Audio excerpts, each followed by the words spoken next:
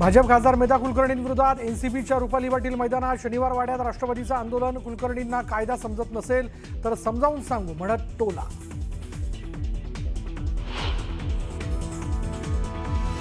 नाशिकमध्ये शिवसेना युबीटीचा भाजपला जोरदार धक्का। भाजपच्या माजी नगरसेविका संगीता गायकवाडांचा ठाकरेंच्या पक्षात प्रवेश, तर चोरासह मतचोरी पकडली म्हणत ठाकरेंचा हल्लाबोल।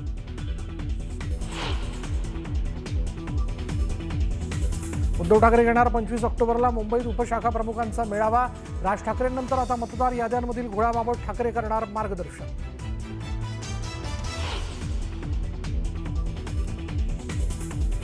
पालिकेतील बदली बढती घोटाळ्याची एसआयटी मार्फत चौकशी करा। आमदार सुनील प्रभूंची मुख्यमंत्री फडणवीसांकडे पत्राद्वारे मागणी।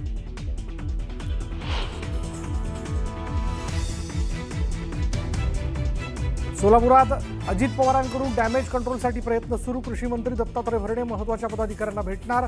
नाराज पदाधिकाऱ्यांची समजूत काढणार।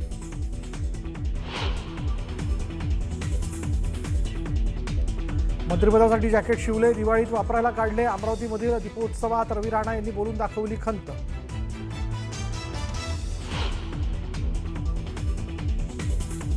लातूरच्या रेणापूर नाका भागात कारनं तरुणाला फरफटत नेलं। सुदैवानं घटनेत कारनं फरफटत नेलेला तरुण बचावला। बेधुंदपणे कार चालवणारा चालक फरार, शोध सुरू।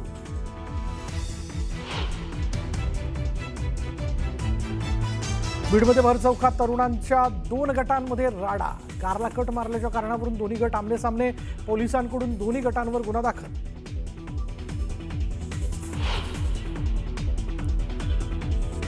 शिर्डी दीपोत्सव साजरा। द्वारकामाई मंदिरासमोर साई भक्तांनी 11,000 दिवे लावले, तर साई मंदिरालाही आकर्षक रोषणाई। देशभरात दिवाळीचा उत्साह। अनेक ठिकाणी आकर्षक रोषणाईसह दीपोत्सवाचं आयोजन। लहान मोठ्यांनी लुटला आतिषबाजीचा आनंद।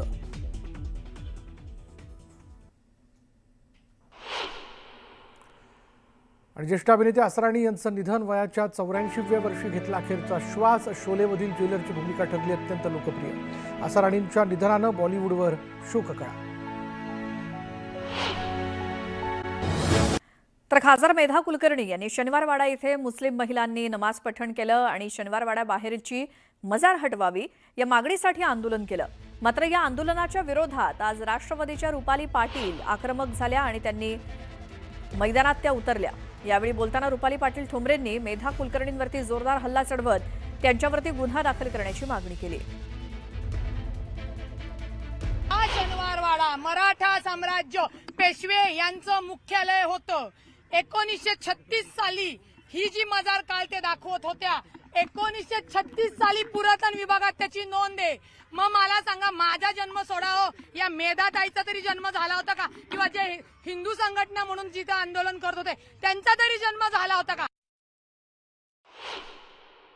ज्या मस्तानी आहेत त्या राजपूत होत्या का मुस्लिम होत्या, मला त्या वादात जायचं नाहीये। मला म्हणायचं आहे की सर्व जाती धर्मातल्या लोकांचा हा शनिवारवाडा आहे। मेधा कुलकर्णीच्या पप्पांचा शनिवारवाडा नाही।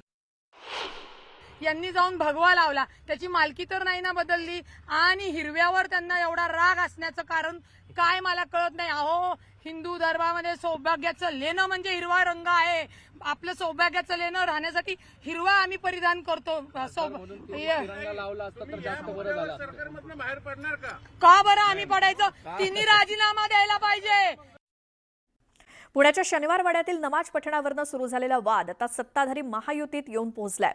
शिंदेंची शिवसेना आणि अजित पवारांच्या राष्ट्रवादीतील महिला नेत्यांनी भाजपच्या खासदार मेधा कुलकर्णींना घरचा आहेर दिलाय।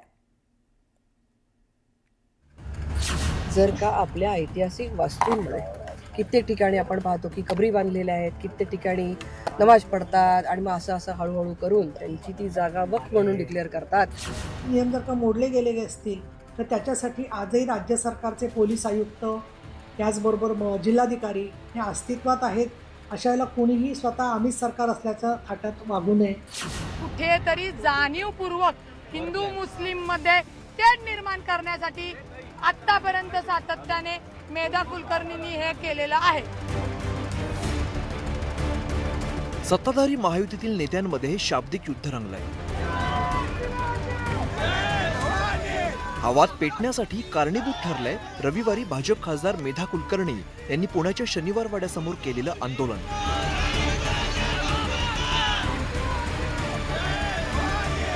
शनिवार वाड्यात मुस्लिम महिला नमाज पठण करत असल्याचा एक व्हिडिओ भाजप खासदार मेधा कुलकर्णी यांनी सोशल मीडियावरती पोस्ट केला.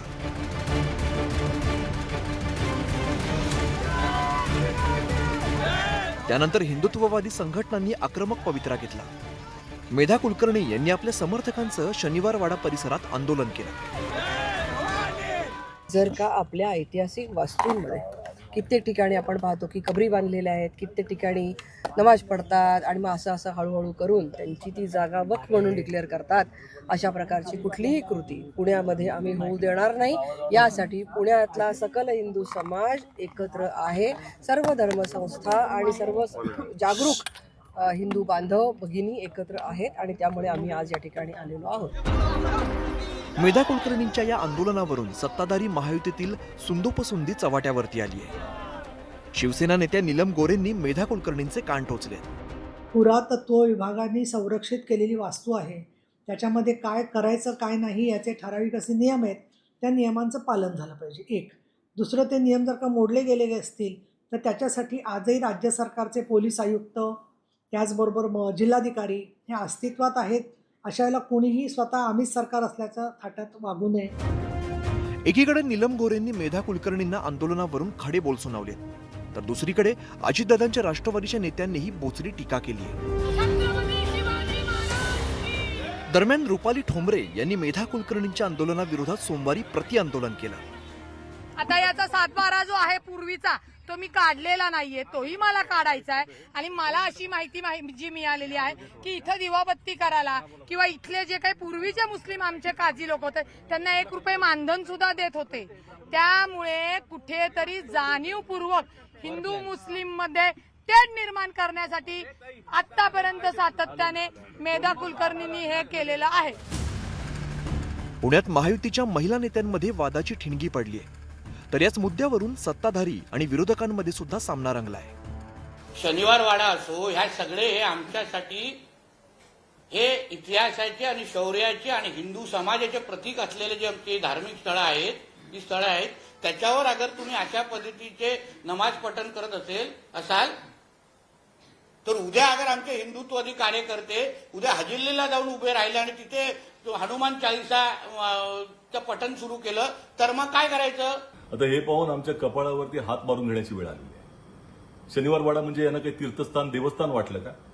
या शनिवार वाड्यामध्ये मस्तानीचा बराच काळ वावर राहिलेला आहे आणि इतिहासानंही पाहिलेलं आहे की शनिवार वाड्याच्या या दरवाजावरती पेशव्यांच्या सरदारांनी छत्रपती शिवाजी महाराजांचा भगवा जरी पटका खाली उतरवून युनियन जॅकही फडकवला होता. दरम्यान रविवारच्या आंदोलनानंतर शनिवार वाडा परिसरातील पोलीस बंदोबस्त वाढवण्यात आलाय. शनिवार वाड्यात काही मुस्लिम महिलांनी नमाज पठण केल्याचा आरोप करत हे आंदोलन केलं आणि त्यानंतर जो शनिवार वाड्याच्या लगत असणारा म्हणजे शनिवार वाड्याच्या हद्दीतील जो एक दर्गा आहे किंवा ज्याला कबर म्हटलं जातं, ती कबर हटवावी म्हणून देखील काल काही हिंदुत्ववादी संघटना मोठ्या प्रमाणात आक्रमक झालेल्या पाहायला मिळाल्या होत्या. आणि त्यानंतर कायदा व सुव्यवस्थेचा प्रश्न निर्माण होऊ नये, पुणे शहरात कुठलीही परिस्थिती तणावपूर्ण निर्माण होऊ नये म्हणून पुणे पोलिसांकडून सतर्कता बाळगली जाते. पुणे पोलिसांनी या शनिवार वाड्यावर बंदोबस्त जो आहे तो काही प्रमाणात वाढवलेला पाहायला मिळतोय. राज्यात भाजप, शिंदेची शिवसेना आणि अजितदादांच्या राष्ट्रवादीची सत्ता आहे, पण अनेकदा या तीनही पक्षातील मतभेद समोर आले. आता शनिवार वाड्यातील नमाज पठणावरून भाजप खासदारांनी आक्रमक पवित्रा घेतलाय, तर त्यांच्याच मित्रपक्षांनी वेगळा सूर अळवलाय. त्यामुळे सत्ताधाऱ्यांमधील मतभेद पुन्हा एकदा चव्हाट्यावरती आलेत. अभिजित पोते, न्यूज 18 लोकमत, पुणे.